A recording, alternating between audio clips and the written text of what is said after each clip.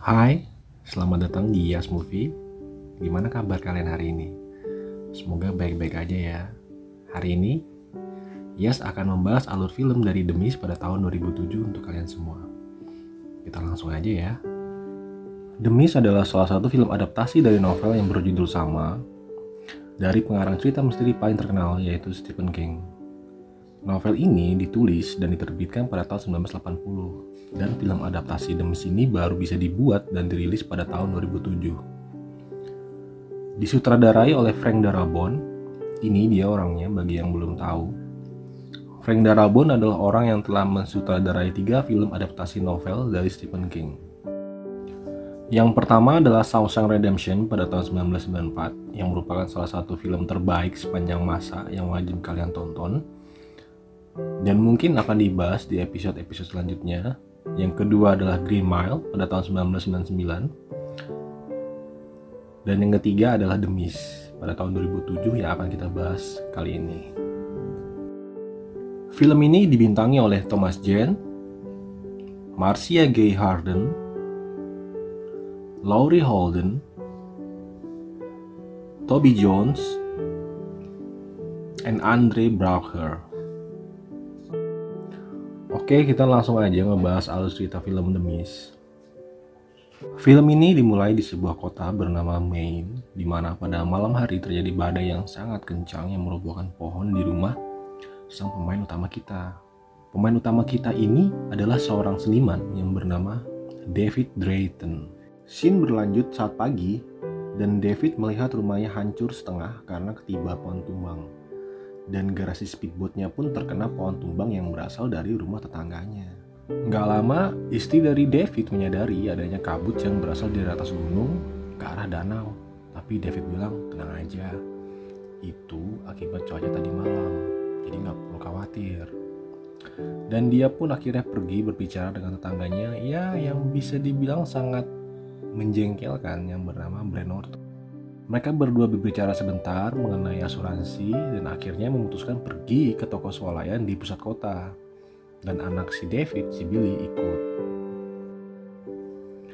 Dalam perjalanan ke sana, terlihat banyak sekali mobil tentara yang berlalu lalang terburu-buru, seperti dikejar-kejar sesuatu. Dan pada scene inilah Arrowhead Project disebutkan pertama kalinya oleh Pak Brent. From up the mountain? The Arrowhead Project? Arrowhead Project adalah proyek rahasia dari pemerintah yang ada di kota kecil ini yang terletak di atas gunung asal kabut tadi berasal. Sesampai di swalayan, ternyata listrik di sana pun ikut padam. Dan swalayan penuh dengan orang-orang yang ingin menstok keperluan selama lampu padam.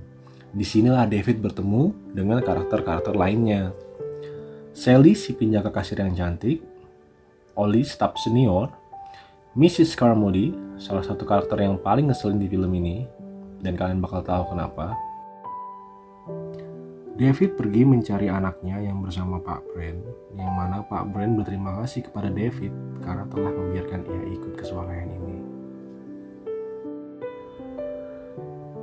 Scene berlanjut dengan kedatangan 3 orang tentara dan 1 perwira, di mana mereka berbisik bahwa bis keberangkatan mereka ditunda dan mereka harus segera kembali ke markas. Dan tiba-tiba bunyi siren yang sangat nyaring berbunyi.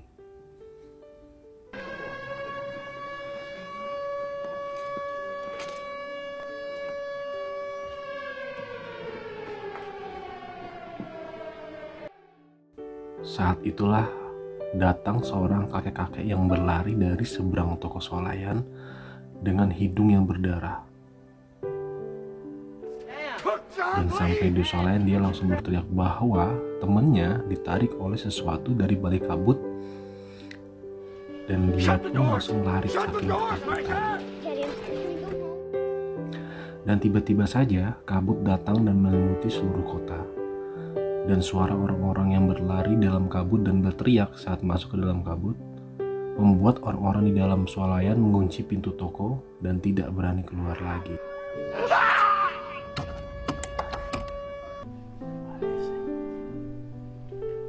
Gak lama terjadilah gempa yang cukup besar dan ini berlangsung cukup panjang yang pada akhirnya memporak-porandakan isi dari swalayan tersebut. Setelah itu ada seorang ibu-ibu berambut cepak yang ingin keluar dari swalayan karena ia ingin menjemput anaknya yang ia titipkan di tetangganya. Dia memohon untuk ada yang menemaninya. Tapi sayangnya saat ini semua orang tidak tahu apa yang ada di dalam kabut dan tidak berani keluar. Dengan sedih, ibu itu akhirnya pergi sendirian ke dalam kabut. David pun membawa anaknya yang menangis masuk ke dalam untuk menenangkannya. Di saat anaknya telah tenang, David berbincang dengan yang lain. Hattie, nenek Irene, Amanda seorang guru pendatang baru, dan Sally. Pada akhirnya, David menitipkan Billy kepada Hattie. Di saat keadaan mulai tenang, David mencoba memeriksa keadaan sekitar. Terlihat beberapa orang berkumpul dan berdiskusi bagaimana cara keluar dari sini dan mencari bantuan. David akhirnya menuju ke bagian gudang yang mana ternyata generator listrik berasap dan rusak. Akhirnya dia mematikannya. Setelah itu, terdengar ada yang memukul-mukul pintu gudang dari luar. Dan suaranya sangat keras sekali. David pun takut dan akhirnya keluar dari gudang tersebut. Di luar, Amanda sedang melihat-lihat dan mencari aspirin. Dan terdengar orang-orang yang berkerumun di belakangnya, di mana Ibu Carmody mengatakan bahwa ini adalah hari kiamat dan kita harus bersiap-siap atas dosa yang mereka lakukan. Ya, yang tentu saja hanya dianggap angin lalu oleh orang-orang. Di pintu keluar, David bertemu dengan Ollie dan satu staf junior yang bernama Norm dan dua tukang bengkel. Kelihatannya sih dari bajunya yang dipakai ya, yang bernama Pak Jim dan temannya. Melihat David seperti ketakutan, akhirnya Ollie menanyakan kepada David, ada apa? David cerita apa yang dia lihat dan dengar.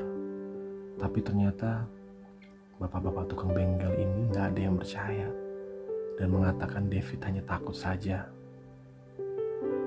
Akhirnya mereka semua memeriksa ke dalam gudang dan bapak-bapak tukang bengkel ini memperbaiki generatornya. Tapi ternyata generator ini terlalu banyak mengeluarkan asap. Jadi harus ada yang menghidupkan kipas untuk menghirup udara keluar. Dan ternyata saklar kipas itu ada di luar gedung. Staf junior yang bernama Norm yang sok-sokan berani ini akhirnya menawarkan diri untuk keluar dan menyalakannya. Dan tentunya diaminin oleh dua tukang bengkel ini ya.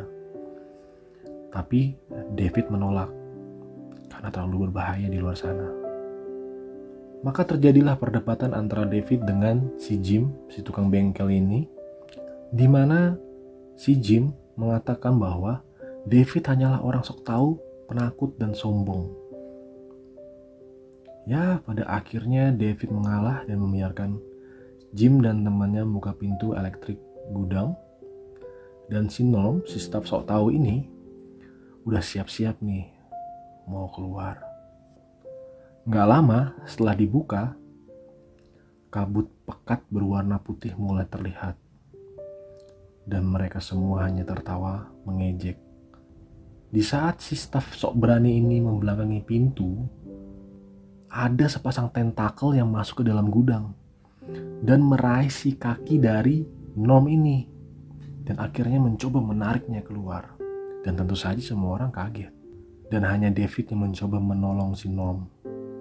Sedangkan dua tukang bengkel yang sok jago tadi nih, yang mengatakan David itu penakut, hanya terdiam dan takut. Ternyata tentakel ini mempunyai cakar yang bisa melukai Norm. Ollie pun membantu menarik dan pada akhirnya mencari kampak. Tapi tetap saja, Norm tertarik keluar dan bertahan di pinggiran pintu, di mana badannya sudah luka, kakinya juga sudah luka. David dan Ollie mencoba menarik kembali dan ternyata lebih banyak lagi tentakel yang masuk. Dua tukang bengkel ini tetap hanya diam ketakutan dan pada akhirnya Norm tidak bisa diselamatkan dan tertarik keluar. David akhirnya memutuskan untuk menutup pintu elektrik tersebut dan pada akhirnya berhasil memotong tentakel salah satu monster tersebut dengan kampak. Dan si Jim, si penakut ini, Hey, I'm dia sorry. hanya bisa meminta maaf karena tidak bisa membantu. Dan akhirnya David dengan jengkelnya dia memukul si Jim. Karena dialah yang secara tidak sengaja membunuh si Norm karena membiarkan dia membuka pintunya. Akhirnya David memanggil Brent karena dia menganggap bahwa Brent adalah salah satu orang yang berpengaruh di sini. Tapi si Brent yang mukanya ngeselin ini tidak percaya I'm dan sorry. tentunya merasa I'm just not that dibodohi stupid. oleh David dan yang lain. Apalagi sebelumnya si Brent ini punya masalah dengan David, jadi tentu dia masih dendam. Sampai pada akhirnya David memaksa dan mereka pun adu mulut. Gak lama Oli memanggil semua orang yang ada di swalayan dan mencoba menjelaskan. Tetapi manajer swalayan, si Pak Bud, atau mungkin kependekan dari Budi ya, gak percaya dan hanya mengira si Oli ini hanya habis minum. Dan dia Tentacles from Planet dengan X. Pak Brent hanya tertawa. Tentacles, you say. Akhirnya David mengajak mereka mengecek bersama ke dalam gudang. Manajer swalayan ini melihat tentakel itu, barulah dia percaya. It appears we may have a problem of some magnitude. Pada akhirnya orang-orang di dalam swalayan bahu-membahu membuat barikade di depan swalayan dengan tumpukan pupuk dan lain-lain. Tapi ya, tetap saja si Brent gak percaya. Brent tetap dengan pendiriannya dan mengajak orang-orang yang berpikiran logis seperti dirinya untuk berbicara bersama. Ditambah lagi dengan Ibu Carmody, si fanatik ini tiba-tiba berkhotbah di tengah-tengah orang yang lagi sibuk bikin barikade, mengatakan bahwa ini itu hukuman Tuhan dan ini adalah hari kiamat di mana kita harus siap bertemu dengan Tuhan. Dan tentu dia mengatakan bahwa dia adalah utusan Tuhan. Hal yang dikatakan oleh Ibu Carmody ini membuat orang menjadi lebih takut dan mencoba menghentikan ibu ini bicara. Si Jim yang udah kesel dengar omongan Ibu Carmody pengen banget menghajar ibu ini dan tentunya ditahan oleh orang-orang. Pada akhirnya si ibu guru baru yang bernama Ibu Amanda gak tahan lagi dan memukul si Ibu Carmody ini biar dia diam. Dan Oli juga mengancam melakban mulut Ibu Carmody. Akhirnya ya suasana menjadi tenang kembali. Dan Oli mengatakan bahwa Ibu Carmody adalah orang yang punya mental yang tidak stabil.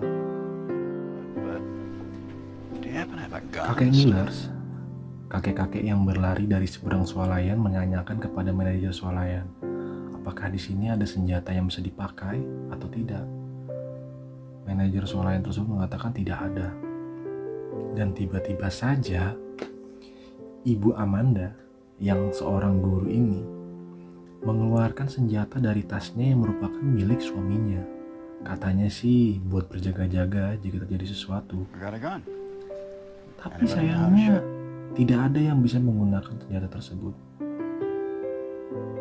Oli pun menawarkan diri untuk memegangnya. Dan ternyata Oli adalah juara menembak tingkat kota, yang merupakan hal di luar dugaan karena nggak sesuai dengan wajahnya. Dan bapak-bapak tua pun mengatakan bahwa dia juga punya senjata shotgun. Tapi sayangnya ada dalam truk yang terparkir di depan swalayan. Let us pass, Gak lama please. Let's just talk si this Brent thing dan through. kawan-kawannya memutuskan untuk keluar mencari bantuan. Ya karena dia nggak percaya. David mencoba menghalangi, tapi But I do know si Brent that it's yang mukanya definitely nyebelin not. ini tetap teguh dengan pendiriannya. Akhirnya David hanya meminta supaya dia memakai tali tambang jika terjadi Tie sesuatu this around your waist. dalam radius 150 meter agar mereka bisa menariknya lagi. Tapi tentu saja si Brent gak mau. Pada akhirnya ada orang dengan pakaian preman yang menawarkan diri dan ingin mengambil senjata shotgun yang ada di truk bapak-bapak tua tadi. Brent dan kawan-kawannya pun keluar, We just chatted over your pleasure. diikuti oleh preman paling akhir dengan mengikatkan tali di pinggangnya. bapak-bapak preman ini berpisah dengan grup si Bram. Nggak lama, tali yang dipegang oleh David berhenti tiba-tiba. Tapi setelah beberapa detik berjalan, dan tiba-tiba saja tali itu tertarik dengan kencang sampai David dan kawan-kawan tidak bisa menahannya dan harus memakai bantuan tali untuk menahannya. Tali yang mengikat si preman tadi tidak berhenti, terus tertarik, dan lebih seramnya lagi karena tarikannya mengarah ke atas. Seperti ada yang menarik dan mengangkat si preman ini ke atas langit. Nggak lama tarikannya berhenti dan jatuh, dan David pun menarik dengan buru-buru. Setelah beberapa lama menarik tali tersebut, ada darah di tali tersebut, dan gak lama bahwa hanya tinggal setengah badan milik preman tersebut yang tertarik balik ke dalam swalayan. Orang-orang yang melihatnya hanya bisa berteriak ketakutan, dan pada akhirnya pintu swalayan ditutup lagi. Malam pun tiba. David memeriksa dua tukang bengkel, si Jim dan temannya, dan menanyakan apakah lampu darurat yang sudah mereka kerjakan itu bisa berfungsi. Jim mengatakan bahwa lampu darurat ini hanya bisa menyala maksimal 10 menit saja, dan hanya digunakan dalam keadaan darurat saja tentunya. Di depan, di dekat dinding kaca swalayan, di balik tumpukan pupuk yang sudah disusun, ada bapak-bapak yang lagi makan sambil berjaga ditemani oleh lampu darurat. Tidak lama kemudian, tiba-tiba saja datang semacam serangga yang cukup besar menempel di kaca, yang mana membuat bapak itu kaget dan berteriak memanggil David. David pun langsung menuju ke arah depan dan melihat bapak-bapak itu sudah ketakutan sambil menunjuk-nunjuk ke arah kaca swalayan. Serangga-serangga itu pun semakin lama semakin banyak berdatangan, dan ternyata mereka tertarik dengan lampu-lampu yang menyala yang berasal dari dalam swalayan.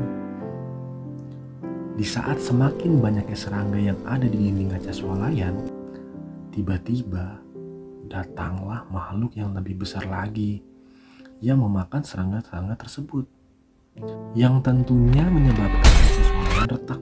Tapi di antara kepanikan tersebut, si Jim dan temannya malah menyalakan lampu darurat yang membuat swalayan bertambah terang, yang pada akhirnya membuat serangga-serangga tersebut datang lebih banyak, dan makhluk yang lebih besar itu pun semakin banyak.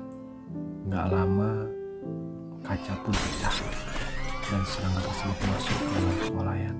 Amanda berhasil membunuh satu serangga tersebut, tetapi sialnya serangga yang satunya berhasil menyengat si Sandy.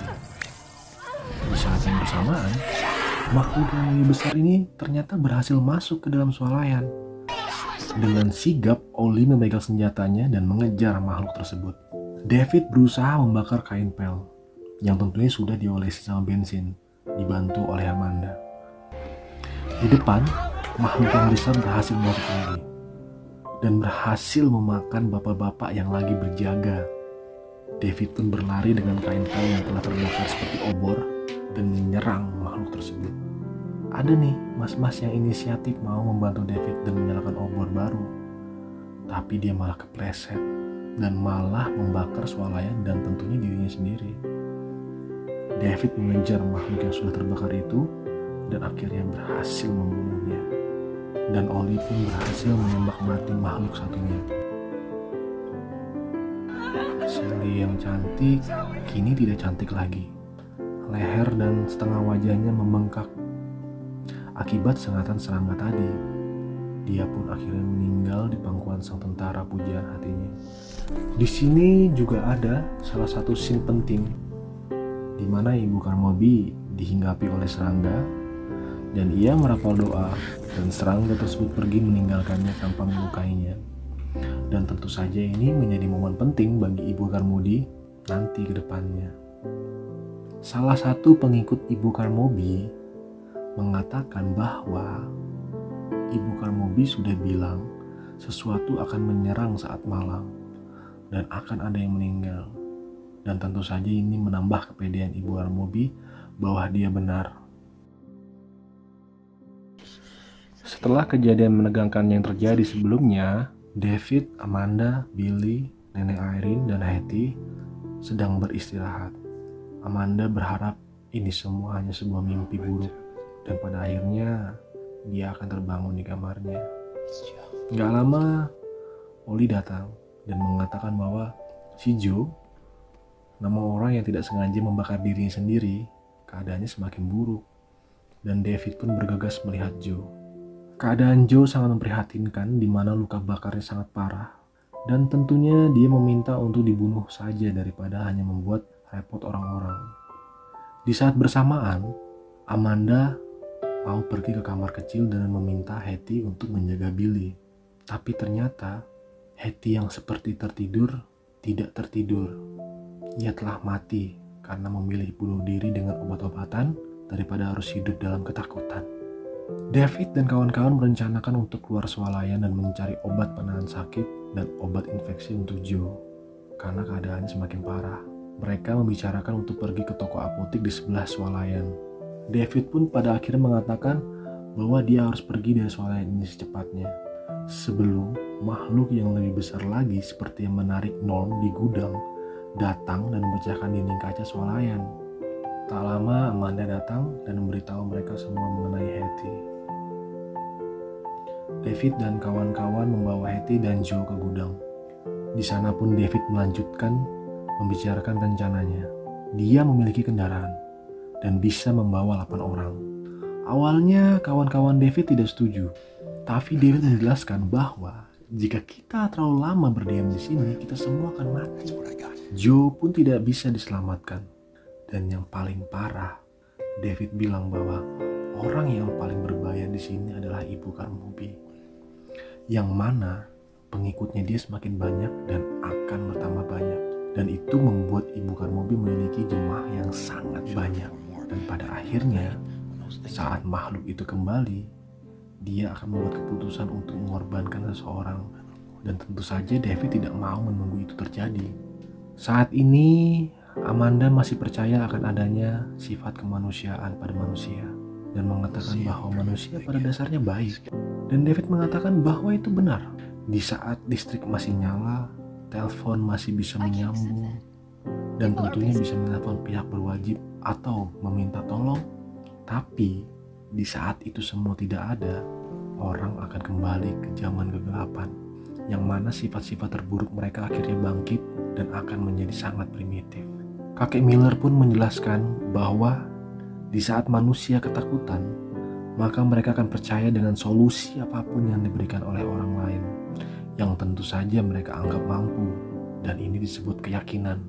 Dan mereka akan melakukan apapun untuk membenarkan keyakinan mereka. Dan Oli pun setuju dengan David dan kakek Miller. Pagi pun tiba. David berpamitan dengan anaknya untuk pergi keluar mencari obat-obatan untuk Joe. Billy memohon agar David tetap di sampingnya dan tidak pergi, karena banyak makhluk berbahaya di luar sana. Tapi David tetap harus pergi dan akhirnya menitipkan Billy pada Amanda dan memberikan kunci mobilnya pada Amanda. Di pintu keluar, terjadi penolakan dari Ibu Carmody dan pengikutnya. Mereka mengatakan bahwa yang keluar akan mati dan membawa makhluk tersebut ke sini. Akhirnya Nenek Irene sudah gak tahan lagi dan melempar kaleng makanan ke mukanya Ibu Carmody. Mampus kau, kata Nenek Irene. Sayangnya enggak Ibu Carmody hanya luka dikit dan hanya marah, dan akhirnya ditahan oleh pengikutnya. Galak juga ya Nenek Irene ya kalau marah. David dan yang lain siap-siap keluar, diikuti oleh Oli, kakek Miller, tentara, dan si Jim tukang bengkel bersama Nenek Irene. Mereka pun keluar menuju ke toko apotek di sebelah toko swalayan. Sesampainya di sana, keadaan toko apotek tersebut tuh gelap gulita dan pintu toko terbuka yang membuat heran semua orang.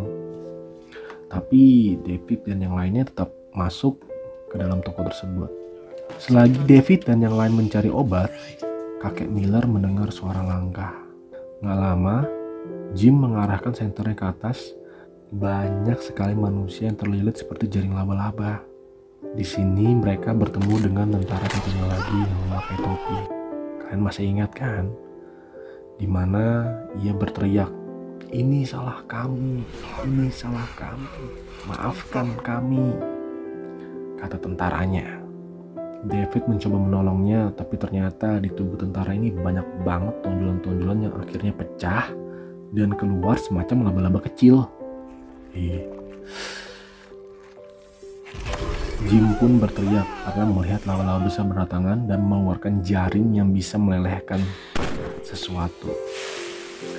Mereka pun kabur, dan disinilah nenek Irene keren banget. Dan tentunya kakek Miller juga. Tua itu bukan berarti nggak jago ya teman-teman. Akhirnya mereka berhasil kembali ke swalayan. Ibu Carmody memulai khotbahnya lagi kepada pengikutnya, dan pengikutnya pun semakin banyak. Karena banyak banget orang-orang yang semakin putus asa dan mencari kebenaran dan pelarian. Dan lucunya ini guys, si Jim, tukang bengkel yang sebelumnya benci banget sama Ibu Carmody, malah jadi pengikutnya. Parah kan? Sebelum David memutuskan untuk pergi keluar dari sini, David tuh ingin tahu apa yang menjadi alasan dari semua ini. David pun mencari tentara yang bernama Jessup, dan dia bilang dia nggak tahu masalah ini. David menanyakan di mana dua tentara lainnya. Mereka pun mencarinya sampai ke gudang dan dilihat oleh si Jim. Di dalam gudang, David dan kawan-kawan akhirnya menemukan dua tentara tersebut telah bunuh diri. David pun marah dan akhirnya Arrowhead Project disebut kembali. Dan David menanyakan, apakah ini akibat dari Arrowhead Project? Sebelum bisa menjawab, Jim masuk dan membawa tentara tersebut keluar dan melaporkannya kepada Ibu Carmody bahwa tentara inilah penyebab dari apa yang terjadi. Ibu Carmody yang telah menjadi pemimpin di sini pun marah dan menanyakan kebenarannya. Tentara ini pun akhirnya buka mulut dan menceritakan bahwa Arrowhead Project adalah proyek ilmuwan pemerintah yang mencoba untuk membuka pintu ke dimensi lain. Dan pada akhirnya nggak sengaja tuh membukanya dan mendatangkan makhluk-makhluk tersebut. Dan tentu saja hal ini membuat semua orang dan Ibu Carmody semakin berang. Dan pada akhirnya tentara ini ditusuk dan dijadikan tumbal oleh Ibu Carmody dengan dibuang keluar dari swalayan.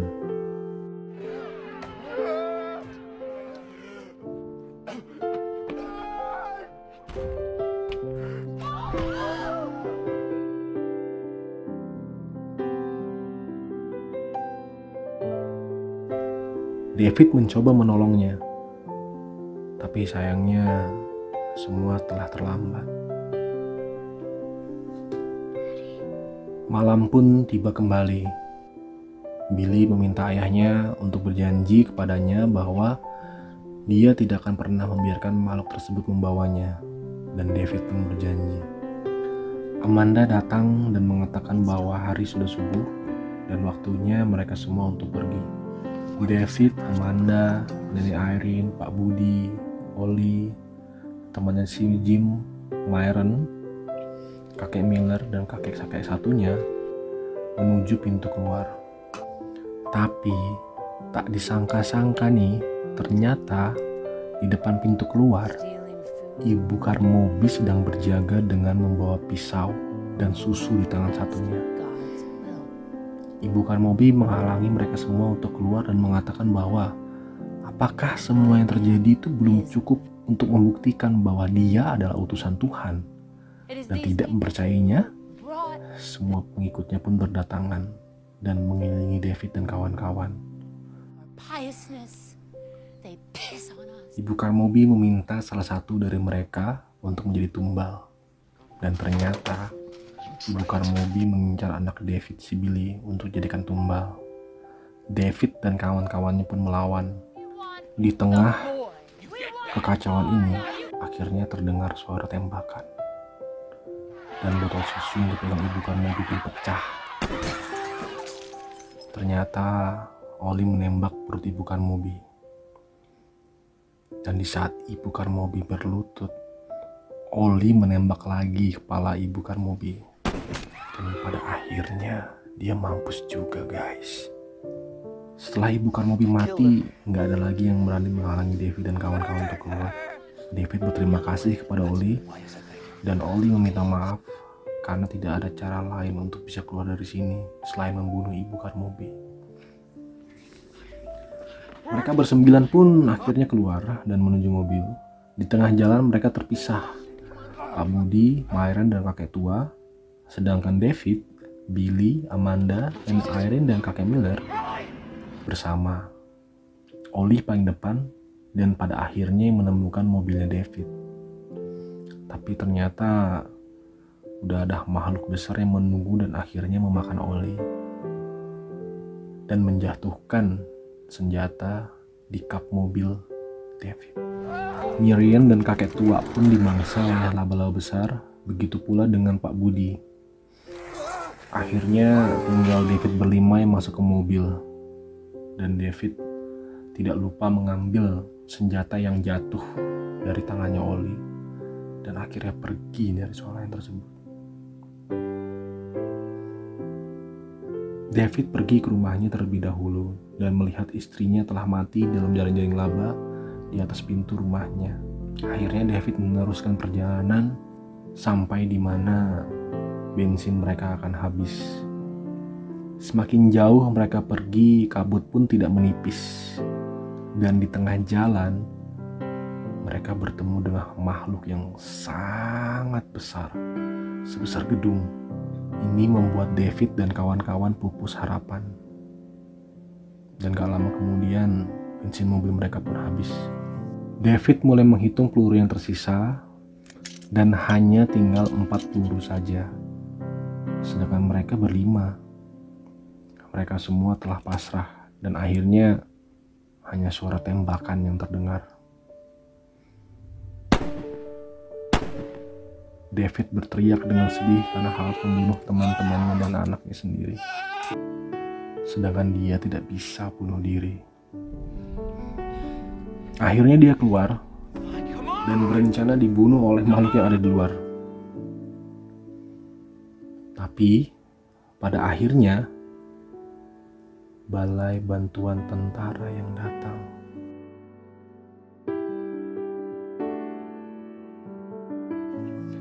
Kalian masih ingat ibu ini? Ibu berambut cepak ini selamat bersama anak-anaknya. Sedangkan David hanya bisa menangis dan berteriak dengan sedih. Jadi itulah ending dari The Mist yang menurut Yas adalah salah satu ending paling kelam yang Yas tonton. Fun fact buat film ini bahwa ending di novel dan filmnya itu berbeda. Di novel, David dan kawan-kawan berhasil menemukan perlindungan, ya happy ending lah. Tapi sutradara film ini tuh ingin ending yang lebih kelam, dan pada akhirnya disetujuin oleh Stephen King. Jadi deh endingnya seperti ini.